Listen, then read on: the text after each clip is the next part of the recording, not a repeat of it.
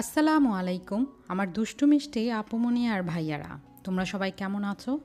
জানি আসলে এই সময় ভালো থাকাটা খুবই মুশকিল, তবুও চেষ্টা করতে হবে ভালো থাকার জন্য।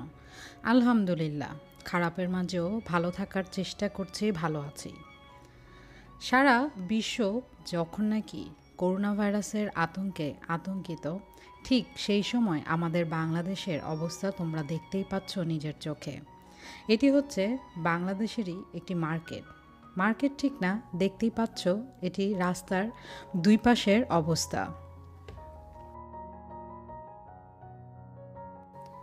সারা বিশ্বে যখন নাকি এই করোনা ভাইরাসে হাজার হাজার মানুষ মারা যাচ্ছে, তারা খুব সচেতন হয়ে চলছে এবং গৃহবন্দী হয়ে চলছে, ঠিক সেই সময় আমাদের বাংলাদেশের মানুষ বিন্দাস ঘুরে বেড়াচ্ছে।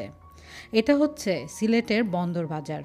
তোমরা যারা সিলেটে আছো তারা অবশ্যই জানো এই বন্দর বাজারটি কোথায়।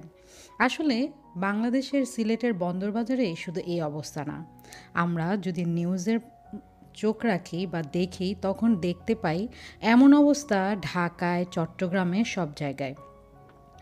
এই অবস্থার কারণ হচ্ছে দুটি। একটি হচ্ছে সচেতনতার অভাব, আর আরেকটি হচ্ছে আল্লাহর ওপর অগাধ বিশ্বাস। কারণ অনেকেই বলছে আমাদের আল্লাহ আছে, আমাদের 360 আউলিয়ার দেশ, এখানে কিছুই হবে না। চট্টগ্রামের মানুষও সেম বলছে, ঢাকায় যারা বসবাস করছে তারাও সেম কথাই বলছে যে আমাদের সাথে আল্লাহ আছে, আমাদেরকে আল্লাহই রক্ষা করবে। আর আরেকটা হচ্ছে সচেতনতার অভাব।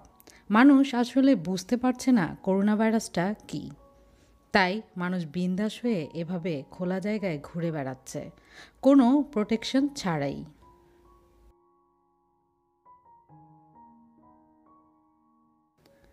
তবে এটি সত্যি, অনেক ঝড় তুফান আমাদের দেশের আশপাশ দিয়ে চলে গিয়েছে, কিন্তু আমাদের দেশের ওপর দিয়ে তেমন একটা যায়নি। এটা আসলে আল্লাহর রহমতই, আর সেই বিশ্বাসেই আমাদের বাংলাদেশের মানুষ বিশ্বাসী।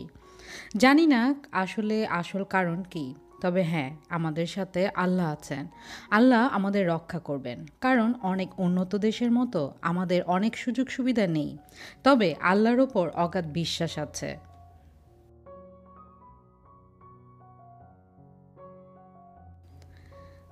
সারা বিশ্ব যখন নাকি মসজিদে নামাজ পড়া বন্ধ করে দিয়েছে, আলহামদুলিল্লাহ আমাদের দেশে কিন্তু এখনও মসজিদগুলোতে নামাজ হচ্ছে।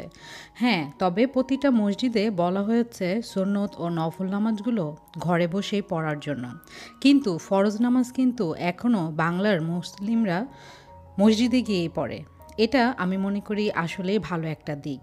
কারণ এটা, করোনা ভাইরাসটা আল্লাহর গজব হলে এটা কিন্তু আসলে আমাদের বেশি বেশি আল্লাহর নাম নেওয়া উচিত, আল্লাহর কাছে মাগফিরাত চাওয়া উচিত। এখানে মসজিদ বন্ধ না করে জুয়ার আড্ডাখানা, সিনেমা হল, যে খারাপ জায়গাগুলো রয়েছে সেগুলো বন্ধ করা উচিত। বিশ্বে যেখানে এগুলো বন্ধ করা হচ্ছে না সেখানে মসজিদ বন্ধ করা হচ্ছে। এটা আসলে খুবই কষ্টদায়ক একটা ব্যাপার। আমরা প্রতিনিয়ত আল্লাহর কাছে ক্ষমা প্রার্থনা করব, কারণ জানা অজানায় আমরা অনেক অন্যায়, পাপ, ভুল করে থাকি। আর আমরা মানুষ, মানুষ মাত্রই ভুল।